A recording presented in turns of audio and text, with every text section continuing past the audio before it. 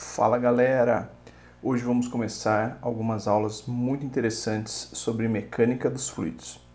E lógico, se você não é inscrito no canal, se inscreva para acompanhar essa série de perto. Vão ser aulas fantásticas e diversos exercícios, todos ali vinculados à disciplina de mecânica dos fluidos, ou também, como você quiser chamar, fenômenos do transporte. Ok? Então vamos lá, bora pro vídeo. Vamos começar essa primeira aula. Nessa primeira aula, nós iremos iniciar abordando uma definição simples de fluido, tá? Então, a definição mais simples que nós podemos ter de um fluido é o seguinte: fluido é uma substância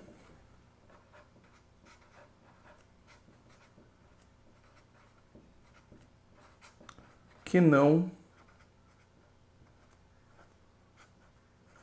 tem forma própria. Então, assume o formato do recipiente.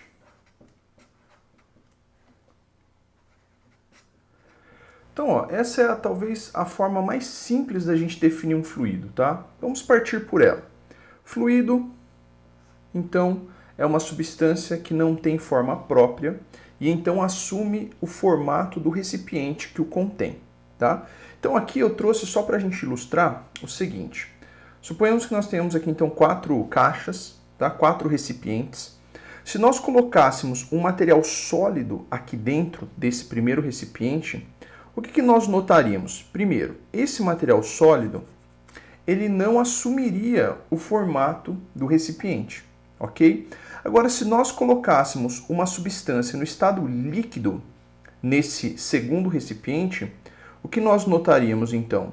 Que essa substância, primeiro, passaria a assumir o formato desse recipiente. Essa substância já aparece o indicativo de que ela é um fluido, tá? Uma coisa interessante de quando nós falamos de um material líquido, de uma substância no estado líquido, é que ele tem uma particularidade que é o que nós chamamos aqui de superfície livre, tá? Então, superfície livre. Ou seja, de todas as superfícies do fluido que tocam o recipiente, uma delas pode ser livre, tá? Ou seja, uma superfície que não toca em parte nenhum o recipiente. Isso é característico da substância no estado líquido. Por outro lado, se nós inseríssemos uma substância agora no estado gasoso, nesse terceiro recipiente, o que nós observaríamos? Que essa substância, primeiro, tocaria todas as superfícies internas desse recipiente, tá? Ou seja, não apresentaria uma superfície livre. Então, veja, pela definição de fluido, um fluido é toda substância que não tem forma própria, mas assume o formato do recipiente. Então, dentre essas três aqui, né, dessas três substâncias aqui, as que assumem o formato do recipiente que os contém é exatamente a substância no estado líquido e a substância no estado gasoso. Por isso, nós definimos que a substância nesses dois estados, líquido e gasoso, são substâncias classificadas então como fluidos, tá? Então, todo líquido, todo gás, toda substância no estado líquido, toda substância no estado gasoso é classificado assim como um fluido, ok? Vamos dar uma olhadinha então com relação às questões de propriedades. Então vamos pensar o seguinte: o que nós temos como característica ou propriedades da substância no estado líquido? Primeiro, uma que nós já até discutimos, né? Admitem superfície livre. Tá? Então, fluido, líquido, admite superfície livre. Um detalhe, então, fazendo já um contraponto com a substância no estado gasoso, nós podemos colocar que elas, quando no estado gasoso, não admitem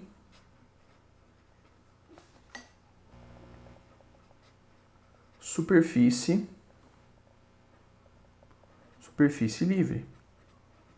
Então, substância no estado gasoso não admite superfície livre, ou seja, todas as paredes internas do recipiente que contém a substância nesse estado irá manter contato, tá? Ou seja, a substância mantém contato com todas as paredes internas do recipiente, no caso do estado gasoso. Outra característica, então, agora dos fluidos no estado líquido.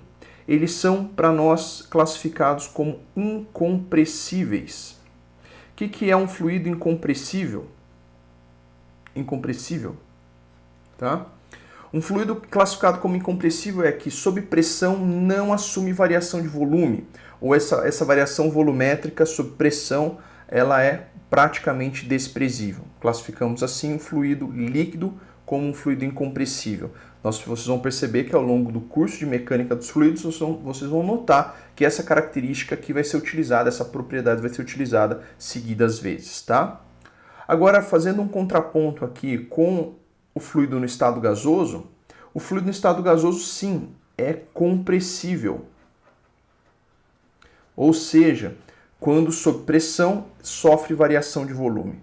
E por último, a substância no estado líquido, ela é colocada como indilatável. Então, para nós, aqui, de mecânica dos fluidos, a substância no estado líquido, ela vai ser indilatável. O que significa isso? Significa que quando ela sofre uma variação de temperatura, ela não sofrerá variação volumétrica. Ou seja, aumentando ou diminuindo a temperatura, o volume é mantido constante. Ok? E, por último, então, os gases, ao contrário dos líquidos, são substâncias dilatáveis. Beleza? Ok?